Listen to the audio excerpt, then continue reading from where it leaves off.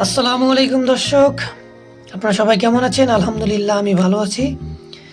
মলি মাছ আবারও বাচ্চা দিয়েছে, সেগুলো আপনাদেরকে দেখাবো এখন। এই যে বাচ্চা দেখতে পাচ্ছেন আপনারা, আসলে কোন মাছটা বাচ্চা দিয়েছে বোঝা যাচ্ছে না। যাই হোক, বেশ কিছুদিন আগে বাচ্চা দিয়েছিল, 15 দিনের মতো হবে। তো আবার বাচ্চা দিয়েছে মাছ। কয়টা বাচ্চা দিয়েছে এটাও বলতে পারতেছি না। বাচ্চা আসলে দুপুরে দেখেছিলাম, কিন্তু কাজের ব্যস্ততার কারণে উঠাইতে পারি নাই।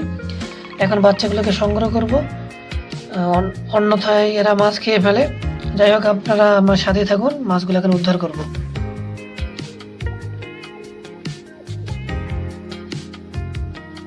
দর্শক দেখতে পাচ্ছেন এখানে 9টি মলি মাছের বাচ্চা। এই বাচ্চাগুলোকে আমি উদ্ধার করলাম এখন।